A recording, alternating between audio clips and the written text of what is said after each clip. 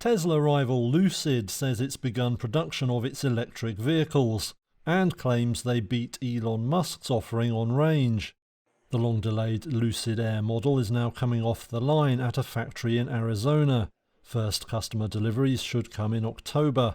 The most expensive version has a US government-certified range of 520 miles. That's over 100 more than any Tesla can offer. The firm is backed by Saudi Arabia's public investment fund, and that should help it through the big task of ramping up output. Musk has said that was one of the hardest challenges Tesla ever faced.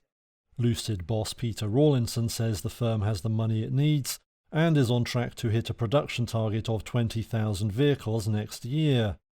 After that, he says the big goal is to get prices down.